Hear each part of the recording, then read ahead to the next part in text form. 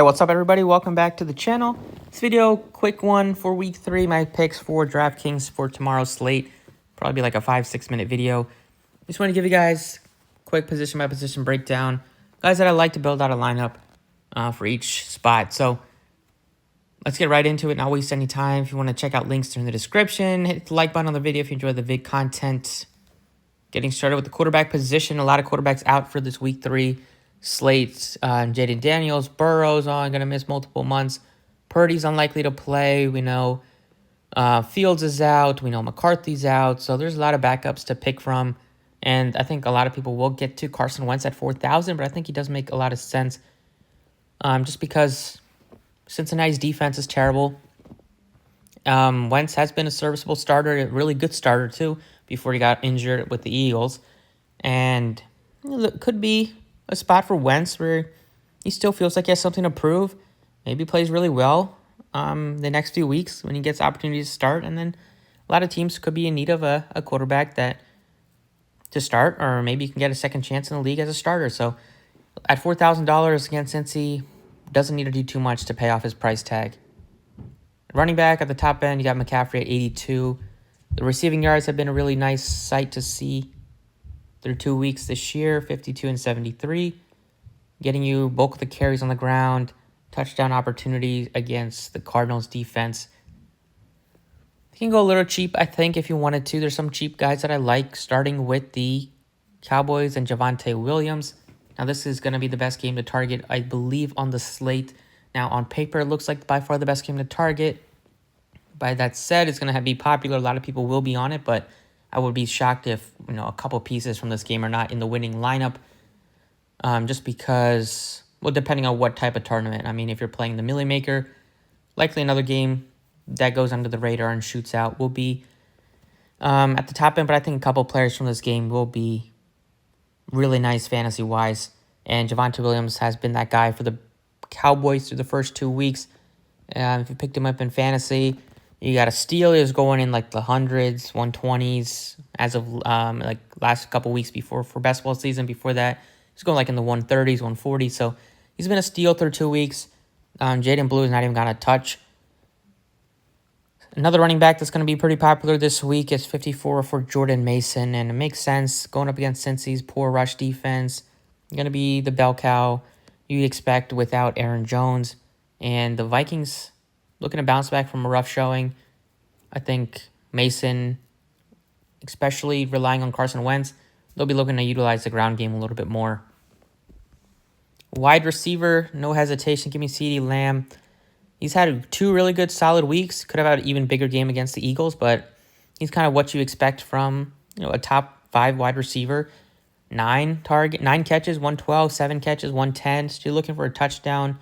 If he has a touchdown in any of the 2 weeks, he's getting you close to 30 DraftKings points.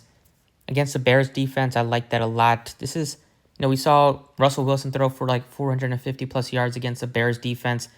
The Bears defense is, against the Cowboys defense. So that makes me like the Bears passing attack. And then we saw Jared Goff and the Lions offense come to life against the Bears defense last week. So on both sides, both the Cowboys and Bears have talented weapons, and would not be surprised if this game is a shootout. So give me CeeDee Lamb, give me Javonte Williams. Want to do a bring back here. And CeeDee Lamb is also going to avoid the Bears' #1 cornerback who is injured, Johnson. So that's another positive for the Bears passing attack, for the Cowboys passing attack. George Pickens at 59. If you wanted to get to another piece, it would probably be less popular than CeeDee, but he looked good late against the Giants game. Had some nice catches, drew some pass interference. But I'm going to give me 53 for Rome Odunze. I like that price tag on him. People could already talking about him being the #1 weapon for Caleb this year. DJ Moore, the veteran is still like a couple years in his prime left. You'd expect, but 5 and 11 targets for DJ Moore, and for Odunze, he's gotten almost double that through the first 2 games, 20. So, you're getting him for 100 less. He'll be more popular, but I think it's probably for a good reason. Like 53 is cheap for Odunze. By year's end, you'll probably be like in the mid 6K price tag if he continues to be the #1 weapon for Caleb, and you'd expect they drafted him really high. His second year, a lot of wide receivers make that year 2 leap. So, Adunze, like him as a bring back with a couple Cowboys that we have. And then finally, Nico Collins. He's kind of had a slow start to the season. He had a touchdown last week, but only 3 catches on 9 targets. The 9 targets were positive. The Jags defense going up against them is also positive. I think he's due for a breakout. The price tag is cheap for Nico. We know the upside that he has. At tight end, if you want to go up top, Brock Bowers makes a lot of sense. Tyler Warren has been amazing for the Colts. So looking for his first touchdown. I like him. Ferguson, continue getting the Cowboys pieces. Jawan Johnson, 39, gives you upside. Kyle Pitts, 39, gives you upside. And Hawkinson, those are like 5 tight ends that stick out to me. At 38, if you want to pair Wentz with a tight end, Hawkinson's been really bad through 2 weeks.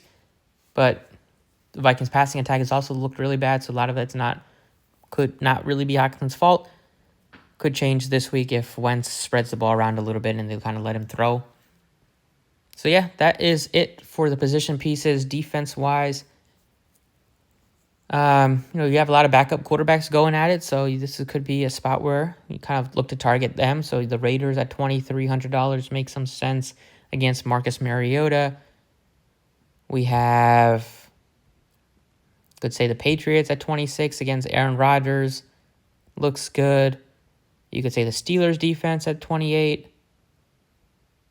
And you're looking at the 3K now. Falcons against Bryce Young, and he has a lot of turnover issues. So, yeah, you got a lot to pick from, but I think the Cowboys-Bears game is one that you want to get at least a couple pieces from. In cash, you want to probably load up that game. A game stack is completely fine.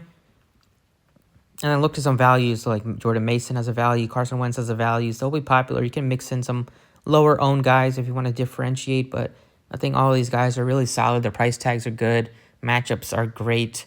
And they could give you a lot of fantasy upside this week. So that's all I got for you guys. Thank you for watching. Best of luck, and I'll catch you next time.